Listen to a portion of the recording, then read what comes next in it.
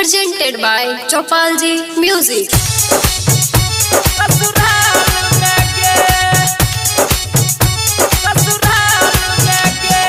DJ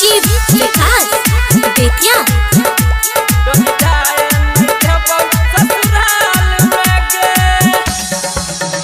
हमारू कभू नहीं सुन के करो रखल से गे शादी हुआ नहीं देबो तोहर दोसरा से गे छोड़ी सुन ले हमारू कभू नहीं सुन के करो रखल से गे शादी हुआ नहीं देबो तोहर दोसरा से गे गोली चल जते तोहरा जाय महल में गे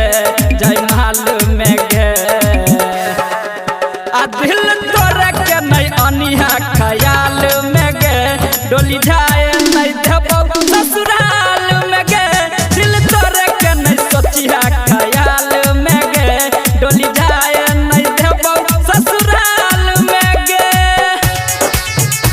ससुराल में गे ससुराल में गे DJ Vikas Betya डोली जाए नहीं देबो ससुराल में गे लगतो गे जब भी तोहर दुआरा बराती गे दुआरा बराती कुछ देर बाद ओ तो चली जतै लाठी गे चली जतै लाठी संभल के रहिया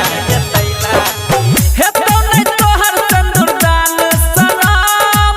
मरबो गे भतरा के मरबा पे हम मरबो गे भतरा के मरबा पे हम तब पूछी है तू गोर की सवाल नहीं गे सवाल नहीं गे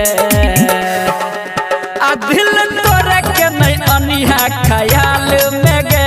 डोली जाए नहीं देबो ससुराल में गे दिल तोरे के नहीं सोचिया ख्याल में गे डोली जाए नहीं देबो ससुराल में गे ससुराल में गे ससुराल में गे DJ Vikas Betya